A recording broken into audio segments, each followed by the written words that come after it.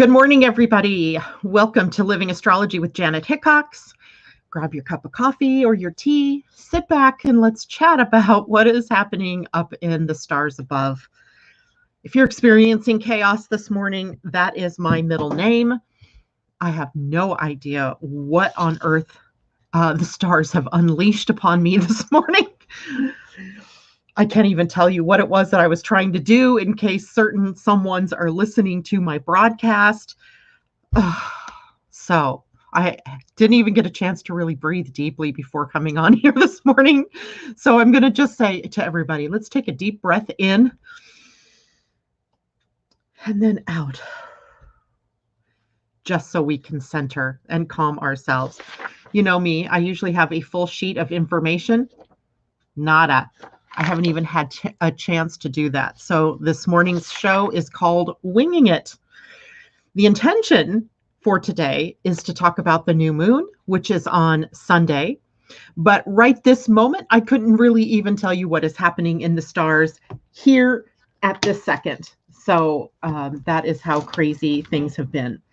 And unfortunately, I've just realized here we go. I've got the right sheet now. I'm pretty sure have the moon in Cancer. And that is true today. It is in the sign of Cancer. And at this moment, at 20 degrees of Cancer, it's applying pressure to my rising. Maybe that's what's going on here this morning. At any rate, so the moon in Cancer finishing up its transit today through that sign, entering into Leo after a void of course moon from 3:11 p.m. tomorrow afternoon until just after midnight Sunday morning. Actually, today's the 6th. So today, this afternoon until just after midnight tomorrow morning. This is all in West Coast time. And then into the sign of Leo, preparing for its new stage. So we have a new moon in Leo approaching, but right at this moment, we're sort of in the dark of the moon, where it's not clear what direction we're going. It's not clear why things are happening the way they're happening, of course. And on top of that, today, we have the sun in a pretty powerful square to the planet Uranus. And that stays activated not only from today, but all through the weekend and is involved in the new moon. As the moon clicks into Leo and goes closer to the sun, it's going to be the moon and the sun in that square to Uranus, which means that there are possibilities for upsets or surprises or things of a shocking nature that happen. But it's not that necessarily those things might not be positive. It's that those things can be just surprising, right? They come out of the blue. So good morning with everybody. Debbie Tibbetts-Tumiel says, just go with the flow. You're going through a lot. Love you. Thank you, Debbie. And good morning to you, Mimi. Amanda J, good morning. Andy girl, the energies have been crazy intense these last few days. Yes, indeed. Corey, happy to see you again. Great to see you too. Christine, good morning to you. Hello, J-Lo. And Asa, thank you so much for being there behind me. She kind of got blown away this morning because she just innocently asked me how I was. And at that moment I was in a tiz, and she heard about that. Good morning, Elisa. Good morning to everybody that's out there that maybe I haven't seen yet. And the energies have been sort of intense. There's a lot going on, not just in my own personal life. As you might imagine, I'm still dealing with all of that, the sadness and the loss of my son. Some days are better than others. The last couple of days have been super crying days. And I'm just assured that that's exactly the right thing for the process of grief. But on top of that, there are other pressures going on, and it's not just in one part of our lives. I feel like, there are things that are happening across the charts for us. As we move into this new moon, and I'm going to show you the chart for the new moon here shortly, there are two interlocking yods in the new moon chart. And yods are also called the fingers of God. So they're usually very tightly pointing at some piece of the puzzle of your chart, pointing at a house or pointing at a planet. And then the base of that Yod is a sextile, which is a 60-degree relationship between the two base planets. So Yods become a place where we have to adjust ourselves or adjust our energy, or even sometimes we have to sacrifice something, something that we thought was going to be the way it was going to be. And it ends up we have to, sort of move and shake up things a little bit. So we have two of those interlocking.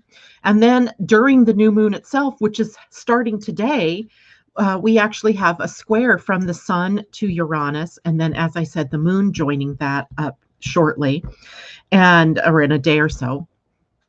And that brings up some other issues, right? The sun is the mighty personality, ego, self. It is what you're here to do. It is who you are, right? The sun, in whatever sign it's in your natal chart, is really your personality. And the sun by transit then adds a facet, if you will, to your personality. So we have the sun in Leo. Now we are all sort of under the spell of self-expression, of drama, and maybe even trauma. And also the concept of generosity and magnanimity and being large and being seen and doing what we love coming from our hearts. So wherever Leo is in your own personal chart, so you'd have to get your own chart out, look for the sign of Leo. It looks like this, right? Look, that's Leo, right? It looks like an upside down. Actually, it looks like, a girl wearing a wig, or it looks like the symbol for the North Node. So Leo is, if you find Leo in your chart, look to see what house that Leo is in, and that's going to tell you what part of your life is sort of under pressure at this point in time.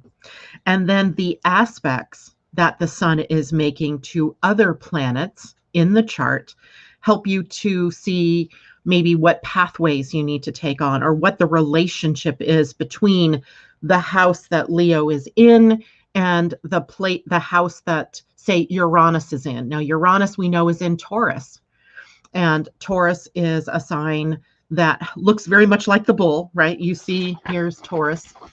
There it is. There's Taurus, right? The bull, right? It looks like a bull. So you can see that, and that planet, that symbol right there is the symbol for Uranus. And if you just follow the same thinking and look at the house that Taurus is in your chart, here's where the pressure is getting stronger, right? Between the sun and whatever house it is in, and Uranus in Taurus and whatever house that is in.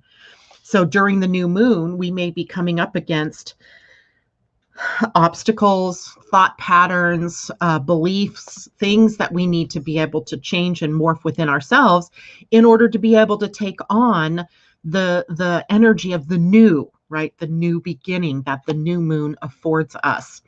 So there are many different ways to look at this. If we look at, I'm going to share my chart, I'm going to share my screen. Let's see if I can do this correctly this morning.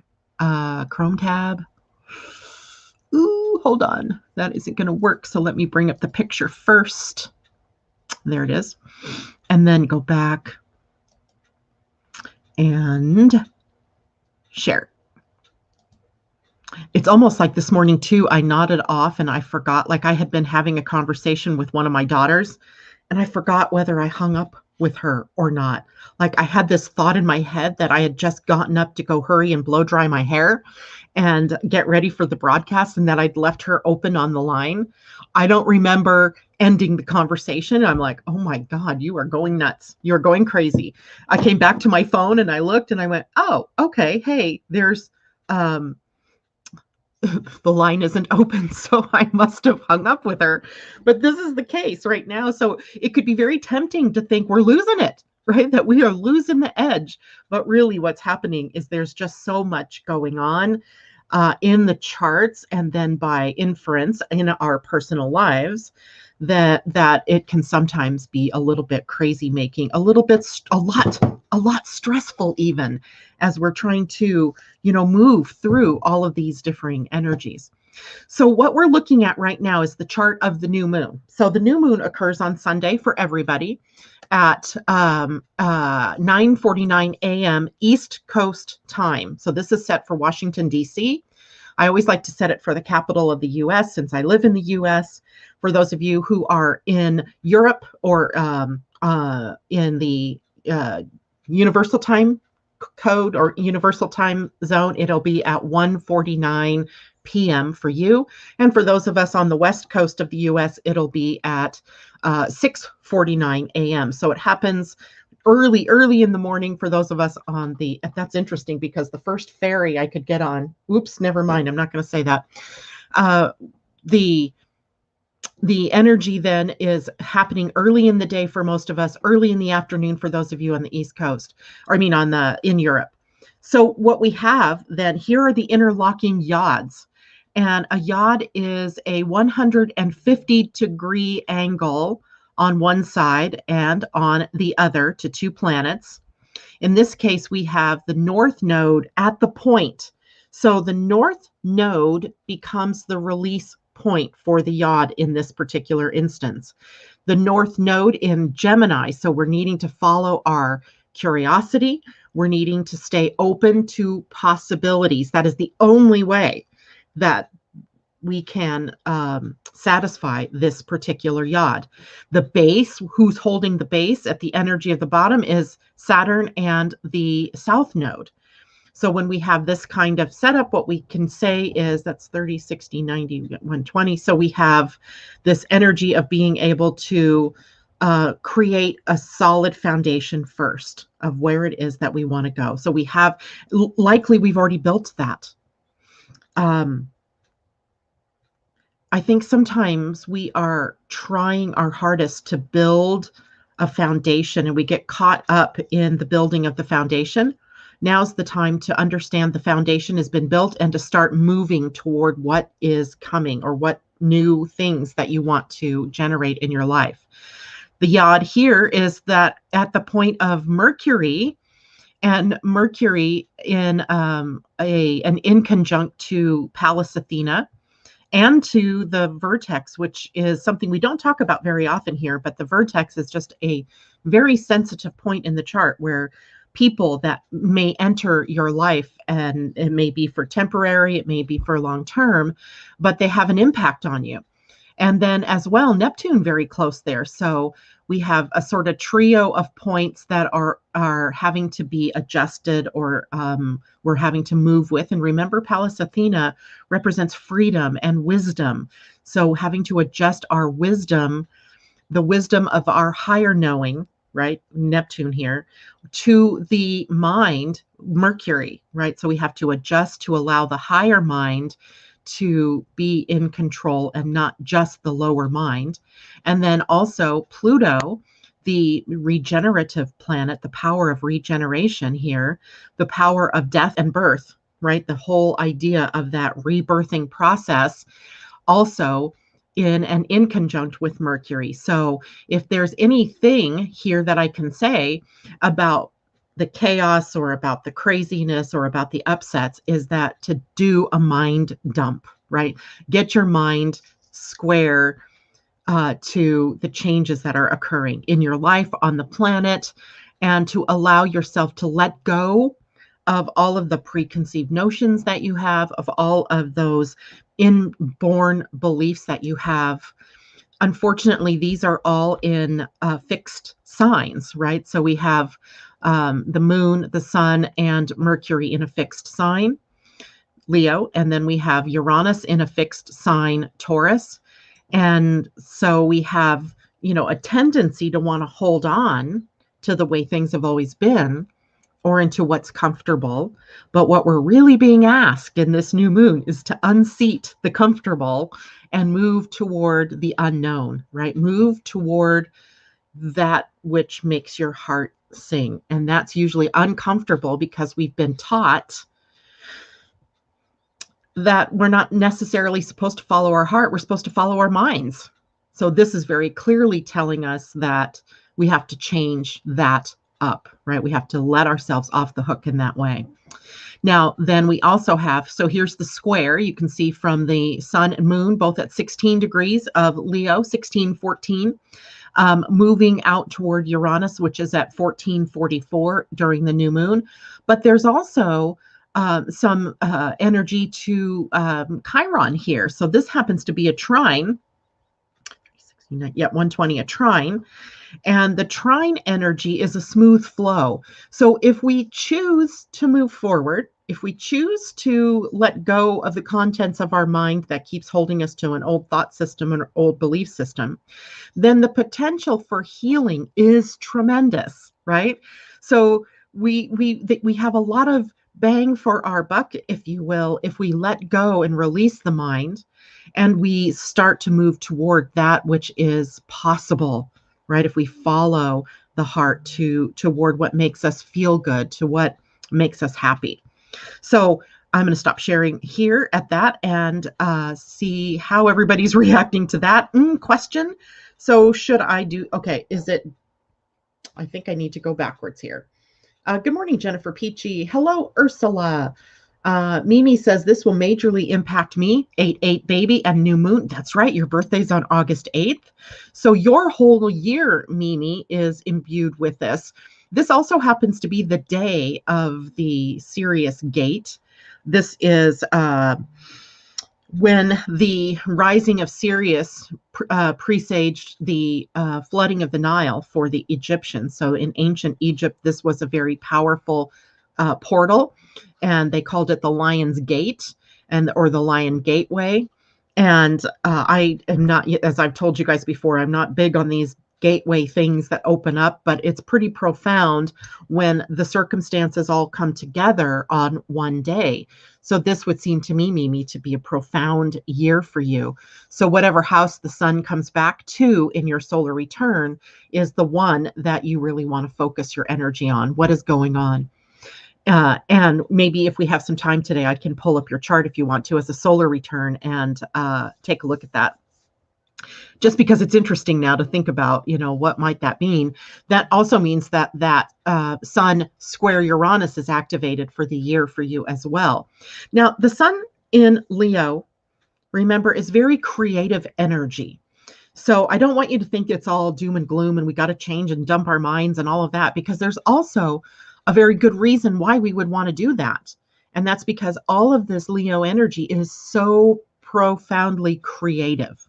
Right? It is leading us to be the truth and the self-expression of our true selves, and creative artistically, creative in our relationships, creative in our health, creative in our finances, creative, you name it around the chart. That creativity is pretty high for us at this moment in time. And as the co-creator of your reality, then you're able to take this and move it wherever you want to take it. Right? Where do you want to take it? By house in the chart, as I was saying earlier in the broadcast here, that's how you can sort of see what direction you might be moving it in. For example, in my own personal chart, Leo happens to be in the second house, which is about values, right? Values and income and self-worth. So what direction do I want to move my creativity that supports me living according to my values, right? That's huge in that particular instance. Let's say Leo is in your first house, then the impetus of this energy is about recreating yourself, a new you, right? Who are you? Who do you want to be? Who is your I am, right? So it's there. Let's say it's in your 8th house, which is the house of transformation. What are you transforming? What are you having to let go of? So depending on where all of these things are falling, then it's an important key to what it is that you need to let go of or what you need to move toward. And the tools that we have to do that are Uranus, who creates a liberation pathway or an awakening pathway, if you will. Chiron, which does the healing in this case.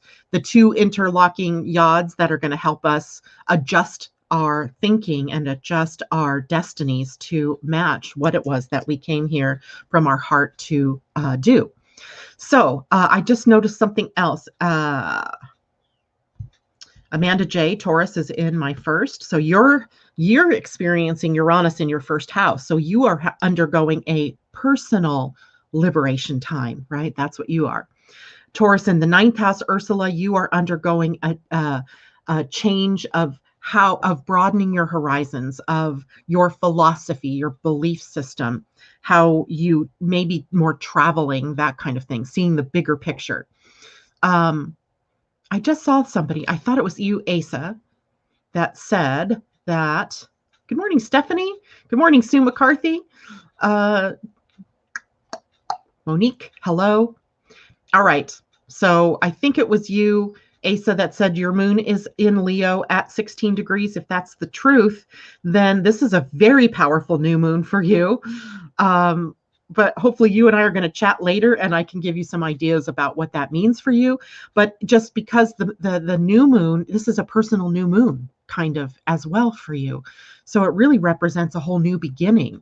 And anytime you have Leo prominent in a chart, it is often a place where you lack confidence, at least initially, where sometimes you're hesitant to follow your heart because of the impact that might have on other people, what other people might say, what others might do, if you begin living your life from your heart. But the real call for you is to begin living your life from your heart. And literally, when we ignore that, we start to physically have symptoms in our bodies that show us that we're not living according to our heart. It could be anxiety. It could be higher blood pressure. It could be, and these are correlations. It doesn't necessarily point to a physical ailment, but you could start to feel your heart racing or skipping beats or that anxiety, that pressure. So it will tell you if you're in the right place or if you're not in the right place, so you can keep adjusting. And that energy then begins a process for you for the whole of the month, from new moon until full moon. There's a part of that transit, and then from the full moon to the next new moon that you'll have to work through. So again, we can talk more about that later. Okay, Leo's Amy D's rising sign. So that's the first house, absolutely. And then again, it's very much like Amanda J, where you are undergoing a personality change. But for you, because it's Leo, it'll be the sun and the moon and Mercury. So they're bringing you new messages, new viewpoints, new ways of thinking that are potentially new personalities for you, a new way of being in your personality. Maybe even because the sun will have come out of your 12th house, maybe you are in more awareness of what's been hidden from you, right? More of the hidden you starting to be more willing to come out and play. And don't underestimate Leo's urge to play, right? To be in a state of play, to be in a state of fun and pleasure and doing things in a creative, fun, joyful way. He really is the big child of the zodiac, right? So we have Leo energy that's playful and childlike, Gemini energy that takes on that childlike energy, Aries that takes on that childlike energy. We have Chiron and Aries triggering the wound around being able to connect to that childlike enthusiasm, fun, and play. We have a lot going on in Gemini right now with the North Node there, the Black Moon Lilith having just moved there, and Ceres having just moved into Gemini. And the previous solar eclipse in June was here. And so we're still under that influence of that solar eclipse. So we're sort of moving anything out of the way that has been stymieing our creative curiosity, our childlike enthusiasm for the new, for the possible. And then, of course, Leo, the big kid of the zodiac. So it's not that the other signs aren't youthful. Those are just the three that always pop into my mind.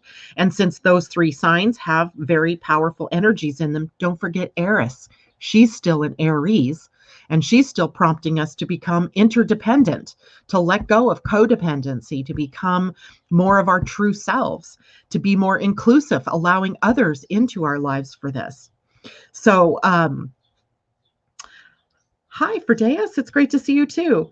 So lots of great people showing up this morning. All of you are great. Allison D, happy birthday, Mimi, she says.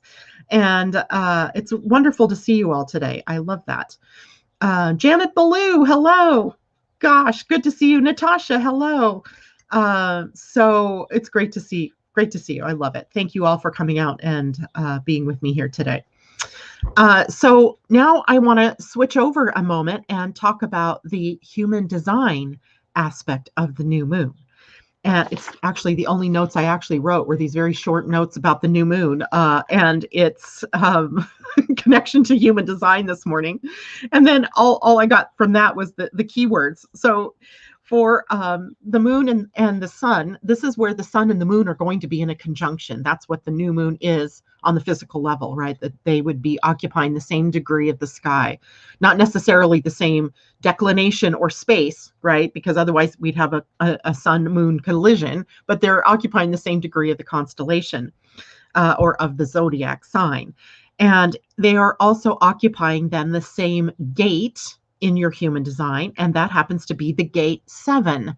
Now, the gate 7 sits on the identity center, and it moves up toward the throat. And I think if you're looking at your chart, it is in the upper left corner of the identity center, going up toward the throat center. And it is known as a gate that is in support of leadership. But here's something I find really interesting. In quantum human design, Karen has renamed this gate collaboration. And when I checked the traditional human design name of this gate, it was uniformity. And when I checked Dane Rudhyar's symbolic energy for the degree of this particular sun-moon combination, it was about togetherness and dedication to a collective ideal. So, and if we look at the gene keys, what we have is in the lowest frequency, division, in the gift frequency, guidance, in the highest frequency, virtue. So we're taking the path of division to virtue through guidance. So what we have is a supportive leadership role.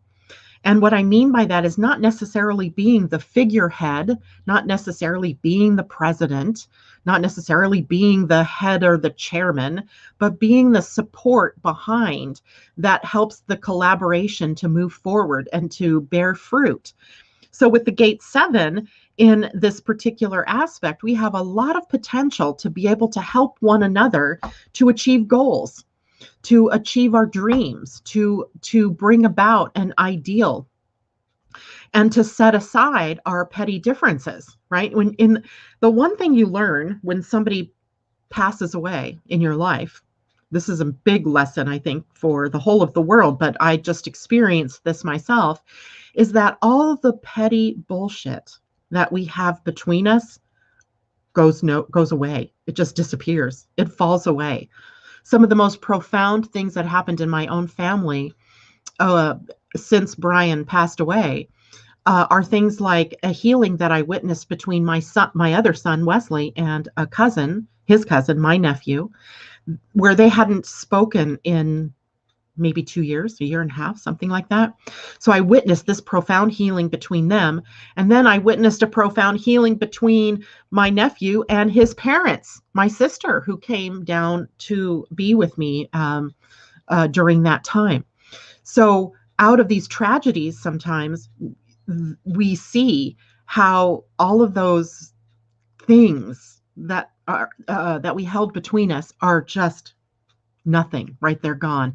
Think about the biggest tragedies we've experienced as a people here in the US, for example, 9/11, or after a hurricane, or after a big earthquake, or after things that have happened in any place around the world, where there's this outpouring of love and generosity and the spirit of togetherness, right? Of moving forward and being dedicated to the healing for each person that was involved in the tragedy, or, just that heart, right? But why do we have to have that kind of experience in order to bring us together? Technically, we don't, right? Technically, we don't. The energy here shows us that our human design is designed, we are designed to be together in togetherness and in collaboration and in co-creation. So with the sun-moon combination here at this gate, it reminds us so powerfully with this energy of the new, finding ways to be together, finding ways to collaborate, finding ways where we can support one another, finding ways that we can let go of the petty you know what that sits between us, right? There is no point anymore in it. It divides us. It is the shadow energy here. It's fear energy. And this new moon, a new moon always gives us an opportunity to start something new. It's always about the new. It's always about I'm going to take a tentative step forward, and maybe I'm even going to jump 2 feet in to this new way of being. And the universe is supporting us in that at this point in time. So, I need to get off my soapbox there. I hear you, Amy D says, lots of small stuff we let get in the way of living to the fullest. Absolutely. In the group, the 64 doors I am in, they renamed it to the Alpha, renamed the gate 7 to the Alpha. I think there is a certain sense that in some of the human design books, you'll see it as the Alpha.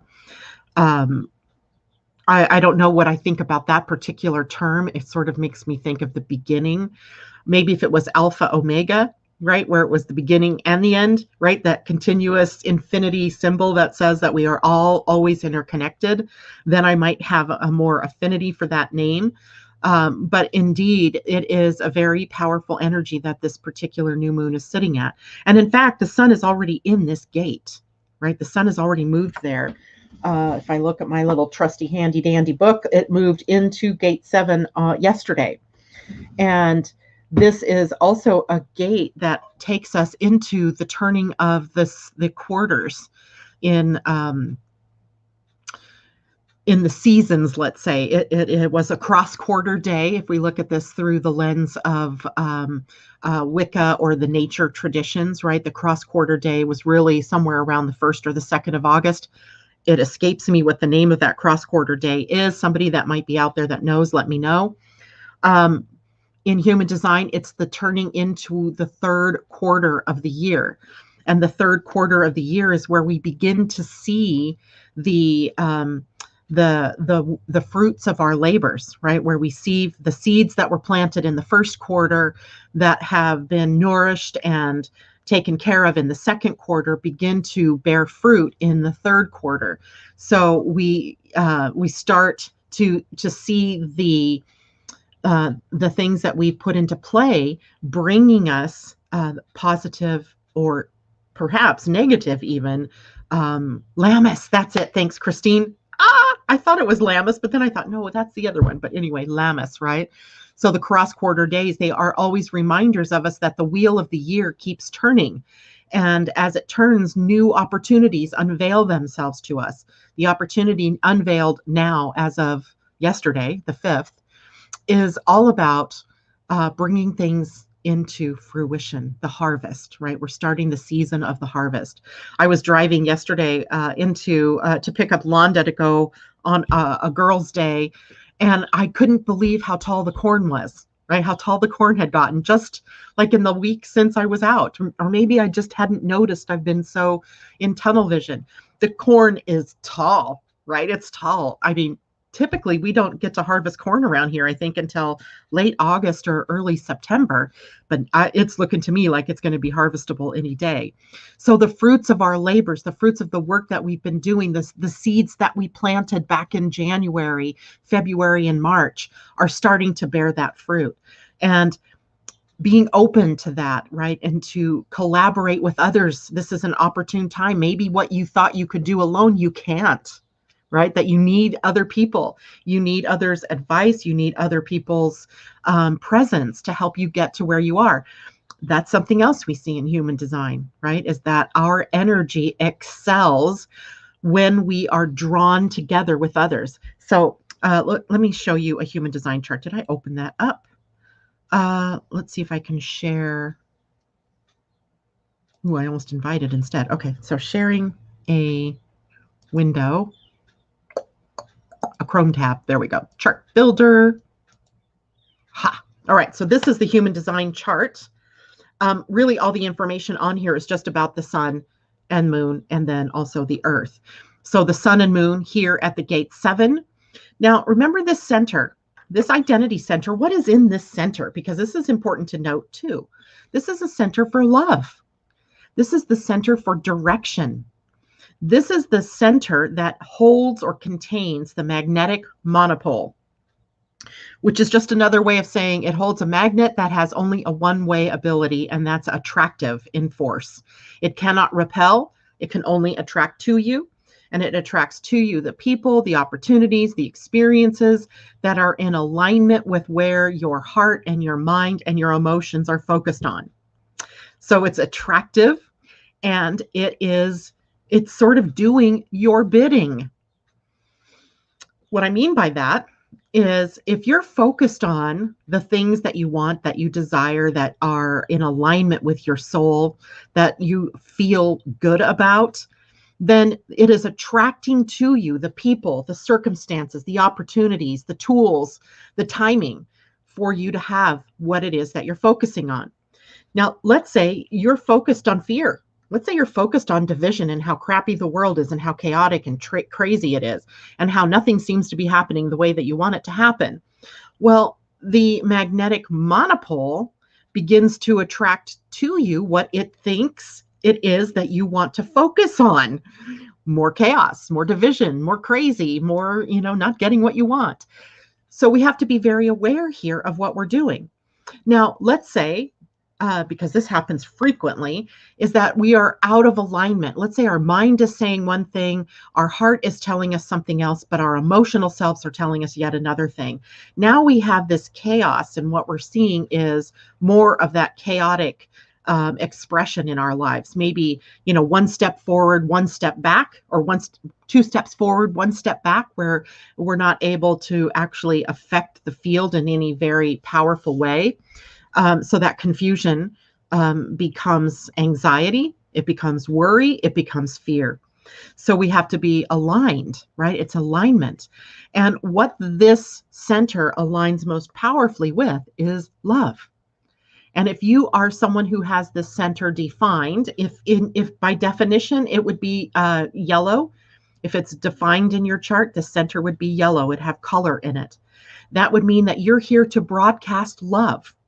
Right? That's your job. That is your soul's, because this is the seat of the soul. One of the things your soul is here to do is to broadcast love. I have a defined center. That's what I'm here to do. Broadcast love. If you have this center open, and that if it's open, it's white. And that means you're taking in love. You're meant to take it in.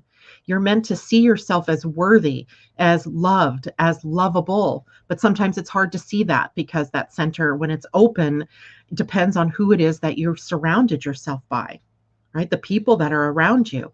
If you're around loving people that are generous of spirit, who are kind, then that's how you're going to see yourself. But if you have surrounded yourself with people that are critical or judgmental or harsh or, not very nice, then that's how you're going to see yourself. So open center, you're receiving love and taking it in, amplifying it, and rebroadcasting it. If you have it defined, you're broadcasting love. Well, one of the gates of that kind of love here is collaborative togetherness energy, right, on the collective. So we are defined or designed to broadcast togetherness, right? There's no gate of division. There's energy of division, but there's no gate that tells us that human beings are meant to be divided.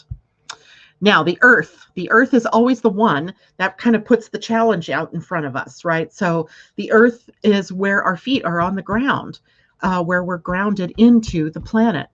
And having that grounding in the gate 13 means we have to be good listeners, right? We have to be able to hear. This gate is very auditory and it holds stories. Remember the gate 33 we talked about, I think this on Monday, and it's really the gate of the storyteller. Well, the 13 is the listener. It receives the story. It receives and it holds on to, it listens with its openness, with its heart. And then it holds that space for forgiveness, even, right, to be expressed, for that, in this case, the togetherness, the virtue of being together and being collaborative, to be in alignment with one another by forgiving the story, the old story, forgiving the ways that we've been. So huge energies that are with us. I guess I'm really not sharing my screen after all, am I? Because it doesn't look like I'm sharing. No, I was sharing. Okay, good. So I'm going to stop screen sharing, coming back here.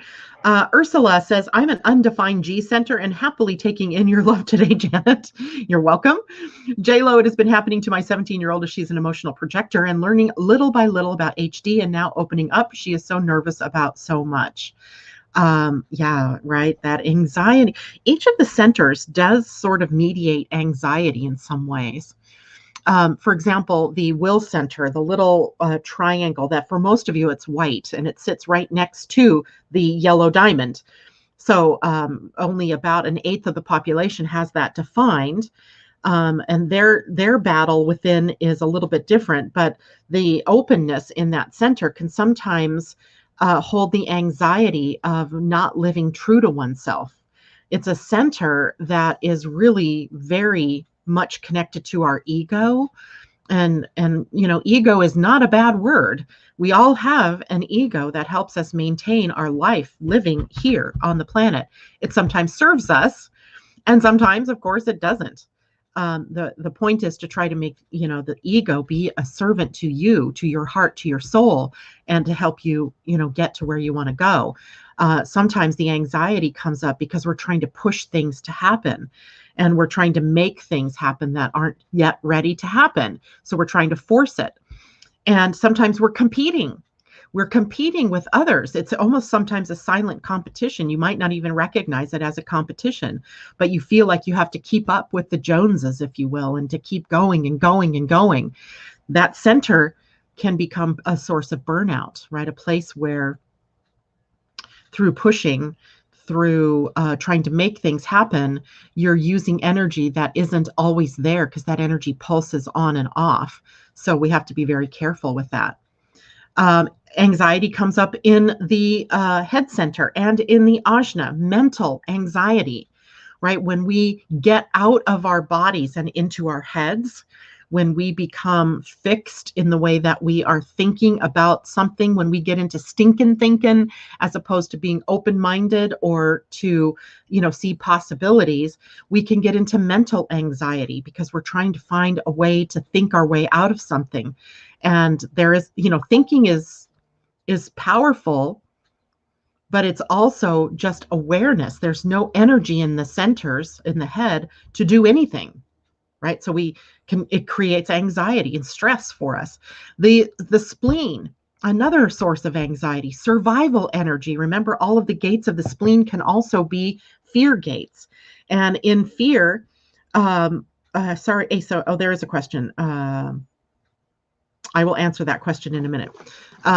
In fear, of course, we can create survival anxiety where we're afraid all the time. I'm not going to keep my job. I'm not going to have a job. I'm not going to find a job. I'm not going to have an income. My house is going to be repossessed. I'm going to blah, blah, blah, blah, blah, blah, blah. And again, what happens? Right now, you're telling your direction center, your identity center, that you want more of that experience.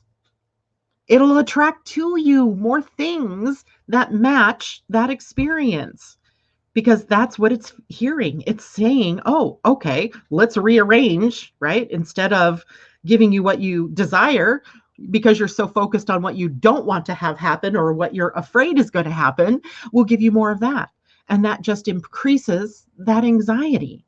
This is all quantum physics, right? These are not things that are just woo-woo anymore. These are quantifiable by experiments that have been done, that what we focus on, we are creating. So it's incumbent upon all of us, if we want to live in a more peaceful world, we have to focus on peace. If we want to live on a more prosperous planet, we have to be more prosperous. If we want to live on a planet whose climate has settled down, then we have to focus on climate in a good way, not in the negative. Oh my God, we're going down the drain. We're going to die. We're going to have, so we have to focus on what it is we truly desire, what aligns us with our heart and what makes us feel good, or else that anxiety is a distinct possibility. All right. Hopefully that's helpful to you, J-Lo, or helpful in helping you with your daughter. Okay. Now, new comments further down. Oh gosh, Corey, thanks. I did see an email come up. Hi, Suzanne. Good to see you. We were just talking about the cross quarter days and the year, the wheel of the year, because we were sitting here at now what is becoming the third quarter, and I was trying to remember what that holiday was, that cross quarter day. Somebody said Lammas. Let me know if I'm pretty sure that's correct, but let me know what your thoughts are about us just entering into this third quarter of the year through the discipline that you follow. Now, before I answer the question that was asked, I want to take a look real quickly because, oh my gosh, I have not looked at I did look at it one day. I finally turned it to August. Not sure I was ready yet to let go of July. I wanted to check and see what gate, the energy of the Pleiadian calendar was for the new moon. And we're on, oh, isn't this fantastic? It's in 10 choosing. 10 choosing. So 10 is the universal energy of manifestation. So no wonder I put a lot of emphasis on this manifesting energy, because in the day 10, what we focused on is what we manifest. So it tells you to beware, right? What you're focusing on, because if your mind is wandering off into the things that you don't want, that is what you are going to focus. That is what you're going to manifest, right? So it's a manifesting day. The new moon on a manifesting day means we have to be very powerfully aligned if we want to move forward in a direction that is of our choosing. Choosing was the other energy of that day. And for God's sakes, my mind went blank. Choosing in, choosing energy in the Mayan calendar was Ebb. It was about the road, and the road where we come to the fork in the road, or what road do we want to travel on? So again, being very clear about what it is that we are focusing our mind, our attention, our thoughts, our hearts on, in order to, there's the word I was looking for, lunasad. Lunasa, I'm not sure if I'm even saying that right, but Lu, the Lugh, love it. Thank you, thank you, thank you. So Lammas Lunasa, and I'm not even sure I said that right, but okay, we'll just pretend I did. So new moon, powerful, right? A very powerful time for us in this particular lunation. So Asa has a question from Allison D. Is it just me, or have there been more Yods lately? No, it is not just you. There have been. They have been brief. Luckily, it's not like the Saturn-Uranus square that's been with us all year. That's going to continue to be with us through the rest of the year. So it's not been permanent, or feels like it's semi-permanent. It's been movable. And as the inner planets have been moving through the sign of Leo, it's been triggering the Yods, right? It's been triggering the different energies that support those things that we have to adjust, those things that we might have to sacrifice, right? What must we let go of in order to move forward? So I hope that answers your question. Yes, indeed, there have been more, but they have been short-lived, thankfully, short-lived. That doesn't mean that they aren't powerful, though, right? And they can catalyze sometimes. We had that big catalyzing day when Venus and Mars were coming together. And I can't help but think that had something to do with my son's passing as well, because that was exact on July 13th, I believe it was. And he passed on the 11th. So I'm thinking there was something about that in terms of timing, because Mars was the catalyst in that particular time. Luna Sa. Okay, thank you, Suzanne. So that's how you would say it. So Lammas Luna Sa is the cross quarter day that we just moved through. And it's also shown in our human design as of yesterday, when we moved into the third quarter of the human design year, where we begin to bring the harvest in, right? The seeds that were planted earlier in the year coming to fruition.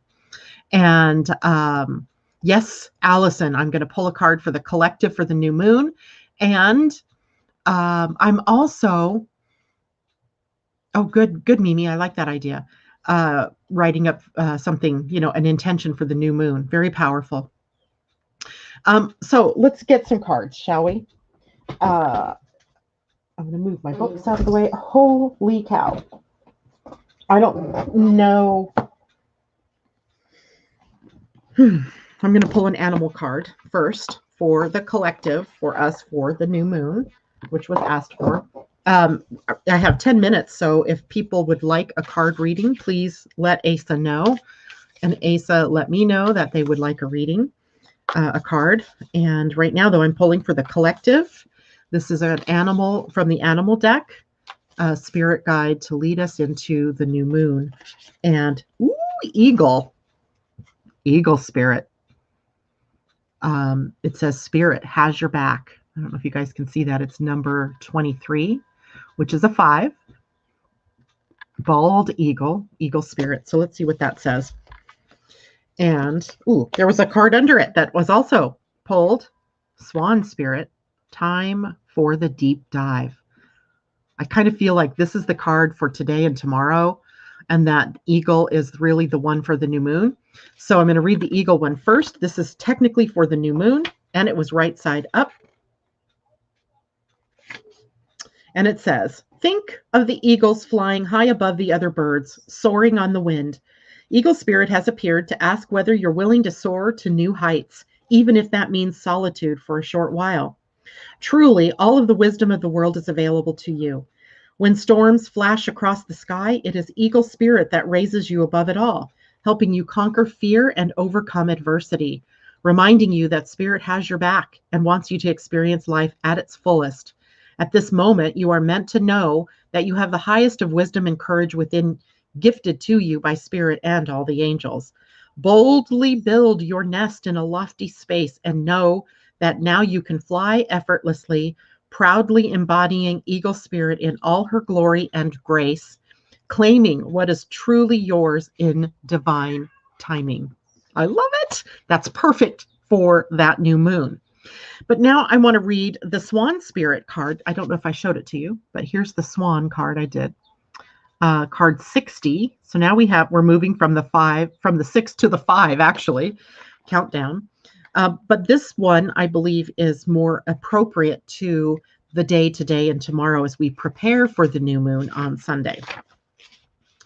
And it says, with their graceful long necks, swans are able to reach into the depths. When swan spirit arrives, you are called to take a deep dive beyond what is easily available on the surface. You may think you know what is best for you now, but take the plunge into the depths of your awareness, for there is knowledge you are not aware of and great treasures to discover.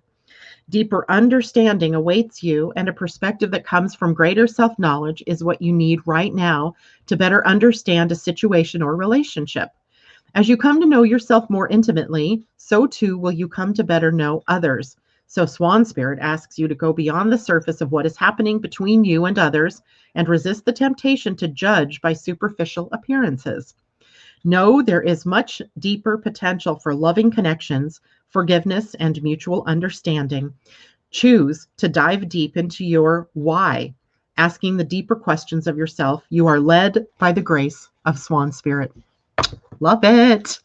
Okay, Asa, who wants cards? Let's see. I see Diane Oben. Hello. Jennifer Davenport, Crystal Manila. So I see those first 3. So Jennifer Swan has been showing up in my life more consistently recently. I love that. So Diane, you were the first one I saw here. So I'm going to give you a card from the Wisdom of the Oracle. We call it WOTO. Wisdom of the Oracle by Colette Baron Reed. And this will give you guidance for your new moon. I think, aren't you a Leo too, Diane? I seem to remember that you were. And what you need is a leg up. A leg up. It is card number 34, which is a 7. It was upside down, so it's a protection message. There we go. Leg up, the polar bear. So let's see what that one brings us as information for you. Card 34. Okay, the protection message. The basic meaning of this card, by the way, is receiving help, delegating authority, and interdependence. And it says, are you always insisting on doing everything yourself? Do you have little faith that help will come, convinced that the burden of the world is doomed to remain on your shoulders? Your beliefs about going it alone need to be discarded, as they do not serve you at all. Let others help you. Yes, it will make you feel vulnerable to admit you need a helping hand, but to be vulnerable is good, for you have a lesson to learn. You must let someone else assist. You can't do life all by yourself. Once you shift your expectations, you'll be amazed by how quickly help arrives to give you a leg up. So that's for you, Diane. August 8th, your birthday's on Sunday too. Oh my goodness. So your whole year is a new year. This is a whole new time for you. Jennifer Davenport, also Leo Sun, Cancer Moon, Gemini Rising. Wonderful combination that. And Jennifer, I'm thinking that you also wisdom of the, oh no, hold on.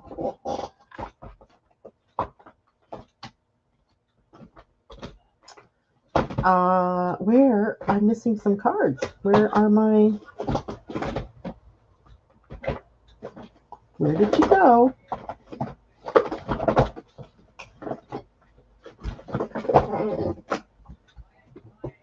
You need a dragon card, Jennifer. So the dragons. These are very powerful cards. And powerful messages come from the dragons. So here we have, for this power time for you, a dragon.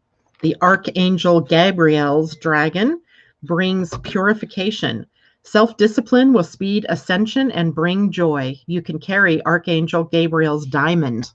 Look at this beautiful card. I'm going to hold it back a little bit and then bring it in. Look at that.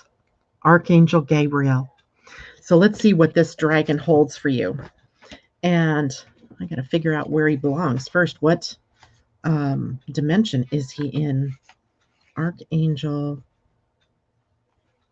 Gabriel. He is, wow, where are you? He's a 5th dimension dragon.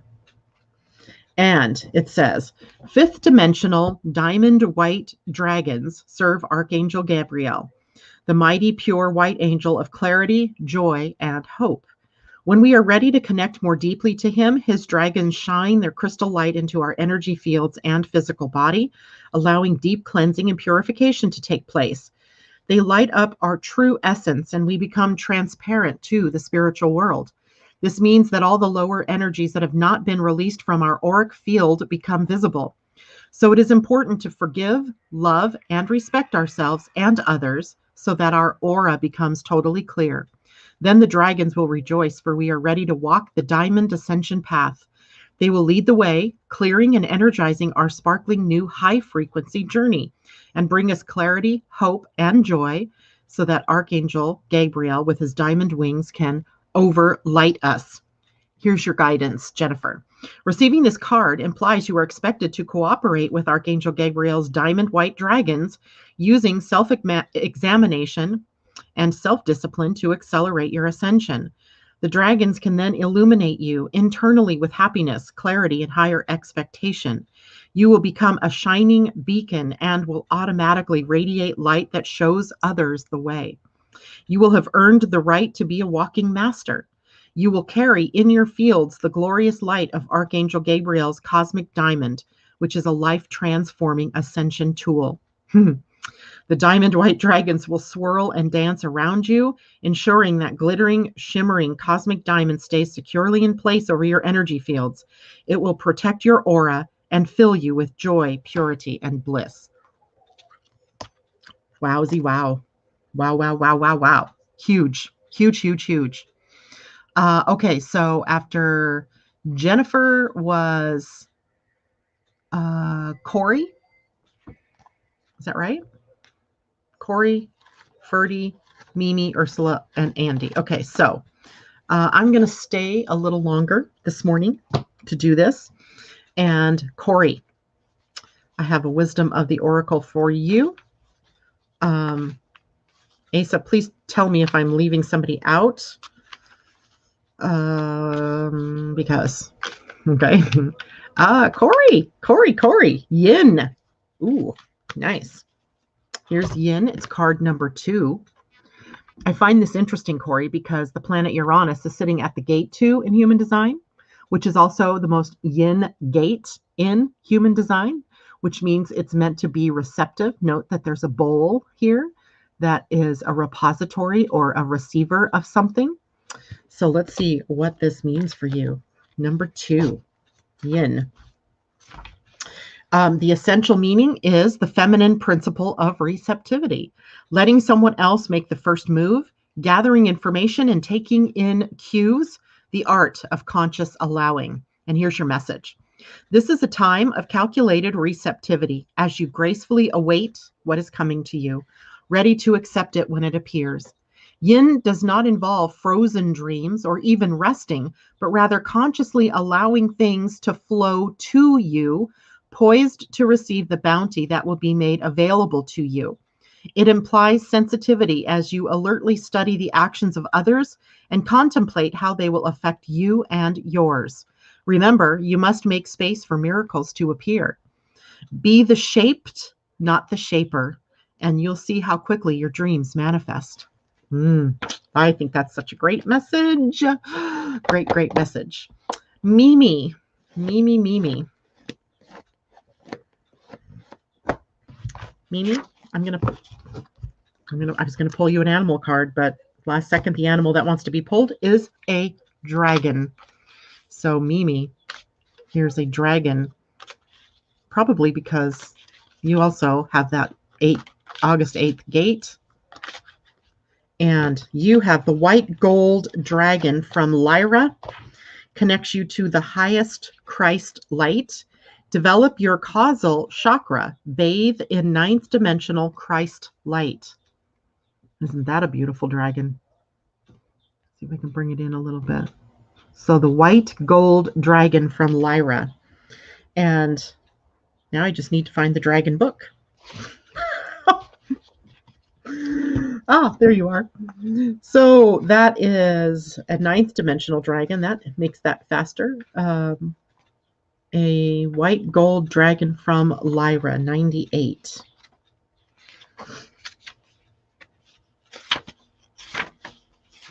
Okay, so Mimi. Lyra is the cross-shaped 12th dimensional stargate through which Archangel Christiel and the unicorns enter our universe. The light from Lyra pours down through the moon, allowing scintillating 7th dimensional dragons to step through into the vibration of Earth. These white gold dragons embody the highest frequency of the Christ light available to everyone on this planet. They work closely with Archangel Christiel, who is in charge of the development of the causal chakras of humanity. This is particularly important now as our causal chakra is our connection to the higher dimensions of spirit, the dragons, angels, unicorns, and masters. The white gold dragons from Lyra help to clear and develop our causal chakra and illuminate our highest possible ascension path. And here's your guidance. These white gold dragons are attracted to you now because you already carry Christ's light in your aura. Ask one to take you to the 9th dimensional pool of Christ energy held in Lacume. Visualize yourself bathing in the pool, which shimmers and swirls with pure love and light. Feel yourself absorbing all you are ready to receive. When you return, continue to feel the white gold light in your aura and practice pure, unconditional love in your daily life. Your aura will radiate the incredible high frequency of white gold, and the white gold dragon from Lyra will support you by continuing to pour Christ light into you. Take time to find a quiet, still place where you can listen to its wisdom and guidance. Another powerful dragon. Okay, so Corey Ferdy, you're next for Deus. Naili, and then Ursula and Andy. Okay, so Ferdy. I'm feeling wisdom of the oracle for you. Let me check my messages here to make sure Asa didn't have something she wanted to say. I don't. Stop.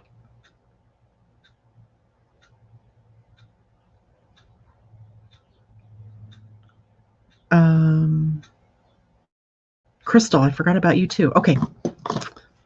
I'm going to be here for a while, it looks like. Ferdy, okay, you're next.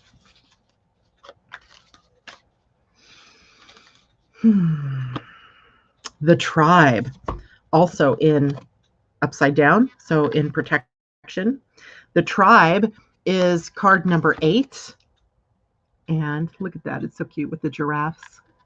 The tribe. Let's see what this one means for you. Interesting. 8, right? The new moon on the 8th. 8 being the number of abundance, but also of the connection between spirit and human, being the embodied spirit. Tribe, essential meaning, community, belonging, being seen and understood by others, like-minded connections, a sense of family and friendship, knowing your place in the world. And the message, the protection message, as it was upside down, says, beware of compromising your integrity in order to belong. How do you dim your light or change yourself so others will accept you in the tribe? Do you hide who you really are in order to play a role within the larger whole? This will never fulfill you. Now is the time to assess your willingness to be real, stand tall, be you. Authenticity is true self-expression and is the only way to empower yourself. Don't be afraid to be yourself and step into the role your heart tells you to take. Making yourself small bears too high of a cost. The tribe. I think that's a good message for all of us. And remember, for those of you who are maybe new or haven't been here for a while, when we are drawing these cards, they may hold messages for all of us, not just the people I'm drawing them for. Ursula. I'm, interestingly enough, going to need another deck for you. And it is another Colette Baron Reed deck, the 7 energies. So let's see what that, you guys can't even believe my desk. I'm going to have a collapse here in a minute. So Ursula, this is for you.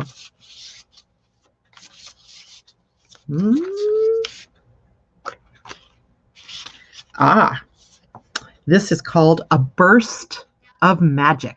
A burst of magic. The card number is 48, which is a 12, which is a 3. Self-expression, creativity, the tendency maybe to get too much in your head, but it says a burst of magic. Let's see what that has as a message. 48. So it is in the love layer, or in energy 7, which is that energy 7? Yeah, energy 7, which is actually thought.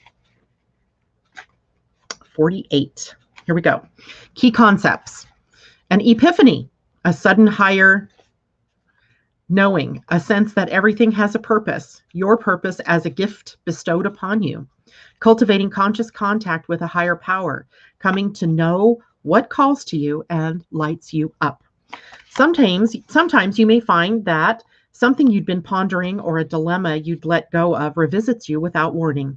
It may hit you while you're thinking about nothing, or the trigger may be just the right words arising in a conversation, a book, or a blog.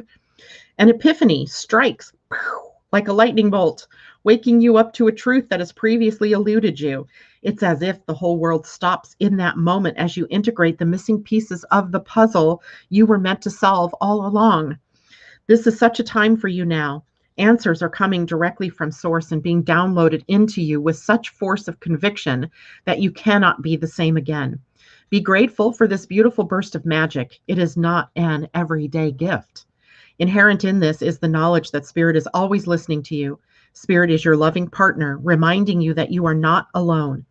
Even when it appears that you are trapped, you always have a key to unlock the solution if you cultivate the willingness to be open to and in tune with Source. The answers you seek come when you stop looking for them. Be mindful today. When information pops up out of the blue, pay attention. The action you need to take will become obvious as you integrate this magical wisdom. Regardless of the subject of your inquiry, you will be transformed. Only good will come of this. Love that. I love that. I love that. I love that. All right. Ursula, very good. Andy girl. Andy, you're welcome. Diane, you're welcome. Mimi, Suzanne. Andy girl, I'm thinking for you. No, get out of my head. Get into my heart. Again, another 7 energies for you. 7 energy deck, which one of Colette's newer decks. I think it came out last year. And you get a merry motive. Card 20, which is a 2. A merry motive. It's very light oriented. There seems to be a lot of stars. If you can see the shapes of the stars hanging on the line, a lot of light at the bottom. A merry motive. That sounds to me like fun. Number 20. Okay, the key concept here, knowing your own motives, understanding what drives you to meet your goals, the momentum your attention creates, the wisdom behind your intentions. You've chosen a path, you've set an intention, and you've begun to move toward a goal. You feel compelled to keep going, but do you know the why behind this drive? Do you truly want what you're pursuing, or are you chasing a destination with the anticipation of how it will make others feel about you, or you feel about yourself? You must choose to be in the flow of the experience, relishing the moment. Surrender your expectations to a higher power rather than being guided by your limited self. The most important aspect to consider now is where you place your focus, because that's where energy will flow. If you are resentful, the outer world will show you more opportunities to be resentful. If you are envious of others, competitive, and overly ambitious, you will always feel as if you are not enough. If you focus on gratitude and compassion for others, you will see even more reasons to be grateful and loving. When you look for abundance, it has an uncanny way of multiplying in your life. So if you're unsure about your motives, the results will be just as unclear. Dig deep to understand your why. If your true desire is to experience X, let go of your attachment to the form that X is supposed to come in. Make sure your motive is merry and joyful, clear and honest, and aim true. Trust that the universe will provide the outcome that is a perfect match for your intention. It always does. That was for you, Andy girl. Okay, now after, okay. I told you I was going to have a tower collapse here. And let's see who is, yes, please, everybody, hit the thumbs up button. If you are liking the video, share it with your friends. Crystal, I missed you. Crystal needs a dragon. Crystal needs a dragon.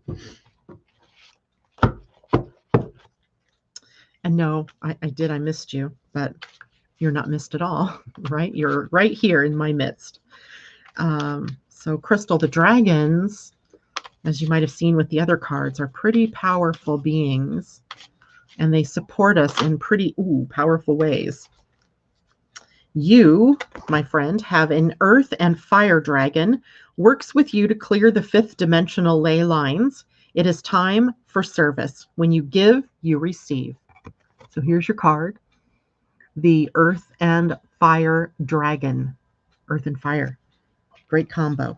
Let's see what that talks about. Well, I better look here first. Earth and fire, page 28. This is a card of service for the 4th dimensional brown and orange earth and fire dragons are calling on us now to help them clear and light up the new ley lines of our beautiful planet. The original ley lines were called dragon lines, for they were maintained by the dragons of old. Now a new 5th dimensional ley line system is being placed into the earth to carry golden Christ energy and to prepare the planet for the new golden age. The dragons of earth and fire move through these lines, creating a path of light through which the higher love frequencies can flow. Here's your guidance. Humbly invoke these dragons and have a sense of the power of the flaming orange fire combined with the grounding brown earth. Reach out a hand to touch the dragons. Then visualize earth being crisscrossed with lines of golden light. Picture these dragons anchoring this golden Christ energy wherever there are sacred places on the globe. Mentally place a golden flame at each of these sacred portals until you sense our planet lighting up. Whenever you are out walking or driving, ask the magnificent earth and fire dragons to travel along the ley lines below you. Bring the Christ light down through you so that they can distribute it where it is most needed. When you give, you receive. The earth and fire dragons will illuminate the challenges on your route ahead, and as soon as you have acknowledged them, they will dissolve them. This will smooth your path. It will also allow you to step lightly into your role as a master of the new golden age. Love it. I love it.